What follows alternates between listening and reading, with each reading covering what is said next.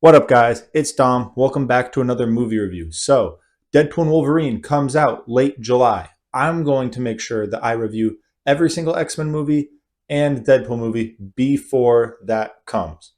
So, without further ado, let's go over X-Men. X-Men, released in 2000, written and directed by Bryan Singer. And I mean, this is the movie that started it all. This is the movie that brought Patrick Stewart as Professor X, Ian McKellen as Magneto, and of course, Hugh Jackman as Wolverine. So this is the X-Men movie. And I'm very excited. So let's just get into the 10 essential aspects of a movie. Plot. Does the movie follow a comprehensive story arc and is plausible within the world that has been created? Now, I'm going to say off the bat, it's a Marvel movie, so of course it's plausible. Usually anything within the Marvel universe isn't going to be too far off. Now, the plot. I really liked the plot. I'm glad that they chose the X-Men versus the Mutant Brotherhood, the good team versus the bad team, just classic superhero stuff. And that's a great place to start for the first movie of the franchise. I also really liked the politic aspect of fight for mutant rights. I thought that was cool. Both sides were trying to achieve the same goal, they just had different ways of going about it. One more brutal, one more humanized. But the one part about the plot that I did not like was that Rogue, somehow, everyone knew what her power was without her even knowing what her power was. And it's not like she's like a registered mutant where you just know from a book. So I'm just wondering how suddenly everyone knew how strong she really was. Attraction. Does the movie have an interesting premise with a high entertainment value? Now, high entertainment value, of course it does. It is the X-Men. It is superpowered people fighting other superpowered people. It's always sick to see, especially since this is the first live action appearance of the X-Men. So obviously very entertaining. And the premise, like I said in the plot, the fight for mutant rights, that helped me stay engaged the entire movie. No matter what, I was just waiting to see how this movie was going to end. And I think that also helps with the entertainment, at least a little bit. Theme. What message or truth is the movie trying to convey? If I didn't make it clear in the first two aspects, the theme for this movie is equal rights. And I mean, it was a great choice for the message, especially since this whole movie was about mutants trying not to be forced into registration so everyone knows who they are. I just think it was a great choice, and that was a great message to convey. Dialogue. Is there a real feel to the conversations? Now, the dialogue in this movie was actually pretty good, especially the subtle comedy between Wolverine and Cyclops and the almost Guardian like dialogue between Wolverine and Rogue. They definitely did give me a real feel. I can really feel them joking around with each other and how protective Wolverine was over Rogue throughout the whole movie. Acting. Are the characters convincing?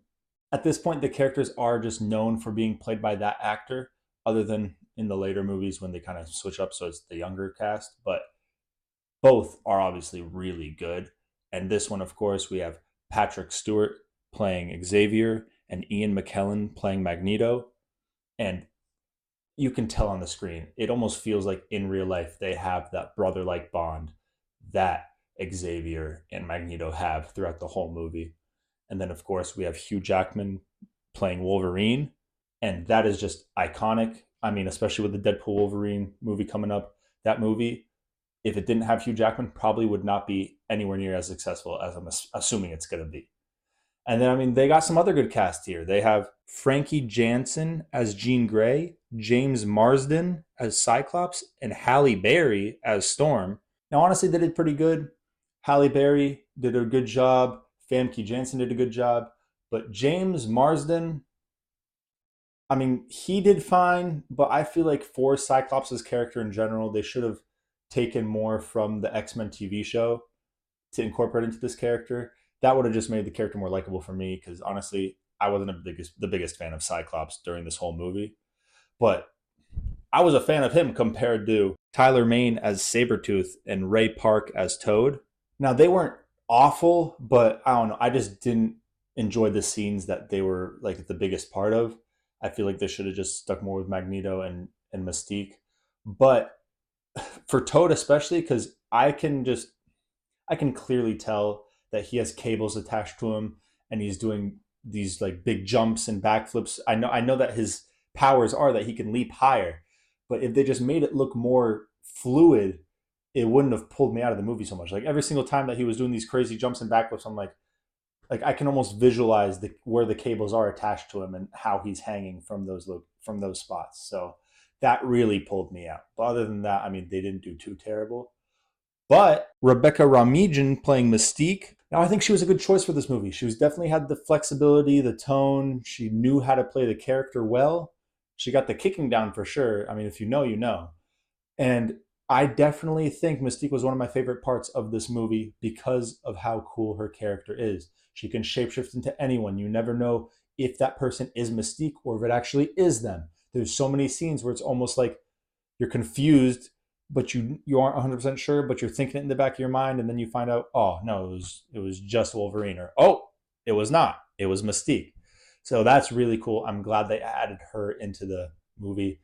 I wouldn't be able to see an X-Men movie without Mystique. Honestly, she is such a great character. Now, Anna Paquin as Rogue, I feel like she was super awkward. I feel like her dialogue was definitely good with Wolverine, the other X-Men, and the students, but her acting really weirded me out. I feel like there was a lot of scenes where she was kind of blankly staring and not really like really emotionless. And that definitely isn't like Rogue. That is just Anna doing a weird thing. I don't know. That definitely did pull me out though, because I caught myself like, what the hell is she doing? But either way, when it comes to Rogue's actual character, I am glad that towards the end of the movie she gained the iconic white stripe. It made her look a lot more like Rogue instead of just some teenage girl. Cinematography. Is there a creative use of lighting, setting, and wardrobe to convey emotion? Now, before I talk about the awesome cinematic scene, I'm going to talk about the wardrobe just a second.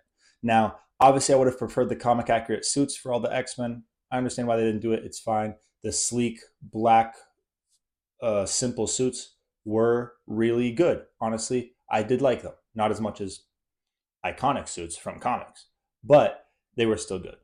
Now, about the cinematic scene, the first scene in the movie, Magneto's first time he uses his powers in Auschwitz, it was intense. The rain, the mud, the soldiers, the entire scene, you can feel the fear, the sadness, the anger, the emotion, and it was intense. And it was a great use of cinematography for that entire scene. I loved it. I'm glad they started the movie with that scene. Editing. This is all about the pacing of the movie. Now, this movie is an hour and 44 minutes long. And honestly, I think that's a good length. It was long enough to get to the ending without any problems, but it wasn't so long that, of course, it was dragging on, and you just wanted the end to come. So honestly, I think they chose a good length for this movie. Soundtrack.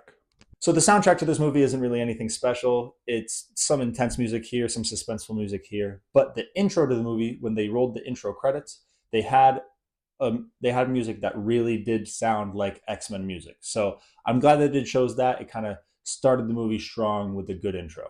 Directing. Now, the director of this movie is Bryan Singer, and he is the one that was in charge to make a good movie out of all these parts. And I think he did good. I think he honestly made a really good movie.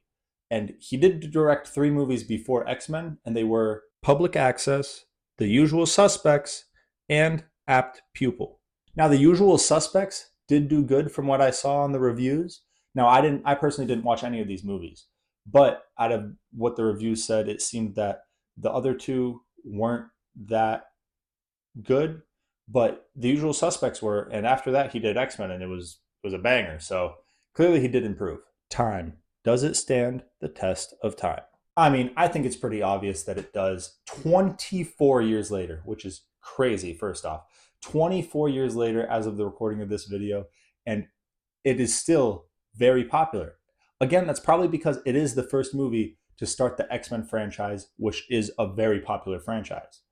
But I think in the movie of itself, I think it's still a good movie. So yes, I do think it stands the test of time. Reviews. I think the reviews for this movie were fair. Now, Rotten Tomatoes critics give it an 82%, Rotten Tomatoes audience gave it an 83%, and IMDb gave it a 73%. I'm personally going to be right in between IMDb and the critics. I think it deserves a high 70 to an 80%. Now, this movie was really good, but it did have its faults.